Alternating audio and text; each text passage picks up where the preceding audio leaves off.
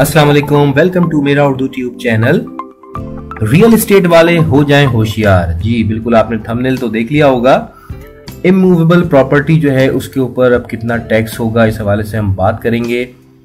जो आपकी ये कोई दुकान है या आपका कोई मकान है, उसको आप सेल कर रहे हैं, तो उसके ऊपर सेल करने के बाद जो मुनाफा आपको मिलता है उसके ऊपर आप कितना टैक्स देंगे, और रेंटल इनकम क्या होगी अगर आपने दुकान या मकान किराए पे दिया हुआ है तो उसके ऊपर आप कितना टैक्स अब देंगे गवर्नमेंट को।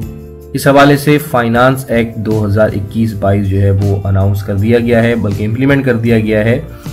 तो ये टैक्स रेट्स इसी एक्ट में बताए गए हैं जो आपसे मैं अब शेयर करूंगा। तो वीडियो को मजीद आगे देखने से पहले आपसे गुजारिश, अगर आप पहली दफ़ा आए चैनल पे तो सब्सक्राइब जरूर कीजिए ताकि आपको मजीद मालूमाती वीडियोस मिलती रहे। तो जब आप अपनी प्रॉपर्टी सेल करते हैं और उस पर जो मुनाफा आपको मिलता है उस पर जो टैक्स लगता है उसे प्रॉपर्टी कैपिटल गेन टैक्स कहते हैं। ये सीजीटी या कैपिटल गेन टैक्स आपकी होल्डिंग के मुताबिक आपके ऊपर लगता है।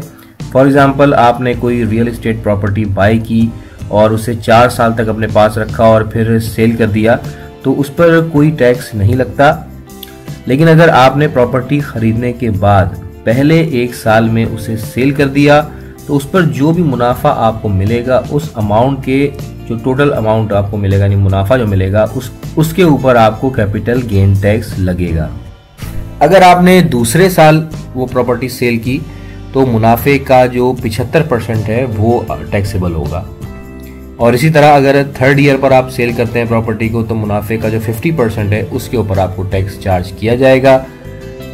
और अगर आप 4थे साल में प्रॉपर्टी सोल्ड आउट करते हैं तो मुनाफे का 25% के ऊपर आपको टैक्स लगेगा।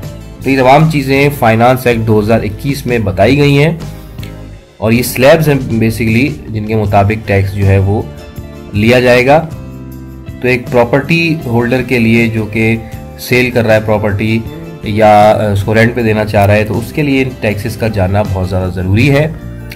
तो ये तो था टाइम के हिसाब से टैक्स जो मैंने आपको बताया। इसके अलावा अमाउंट के लिहाज से भी टैक्स जो है वो चार्ज किया जाएगा।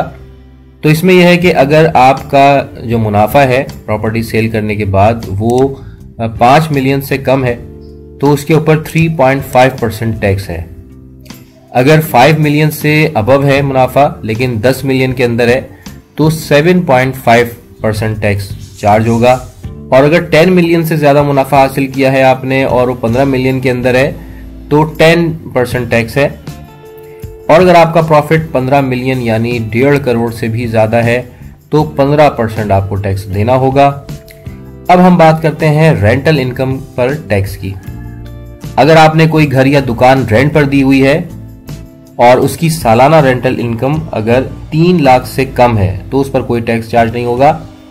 लेकिन अगर 3 से 6 लाख के दरमियान आप रेंटल इनकम हासिल कर रहे हैं एनुअली तो उसके ऊपर 5% टैक्स है। और अगर 6 लाख से 20 लाख के दरमियान है आपकी रेंटल इनकम तो उसके ऊपर फिक्स्ड 15,000 और 10% मजीद टैक्स लगेगा। इसके अलावा अगर आपकी एनुअल रेंटल इनकम 20 लाख से भी ऊपर है तो 25% टैक्स और 1,55,000 आपको फिक्स्ड रकम टैक्स की सूरत में अदा करनी होगी।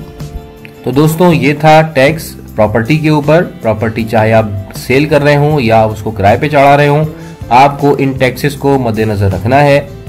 तो व्यूअर्स, अगर इन्फॉर्मेशन आपको पसंद आई हो तो लाइक जरूर कीजिएगा, वीडियो को आगे शेयर जरूर कीजिएगा और चैनल को भी सब्सक्राइब कर लीजिए।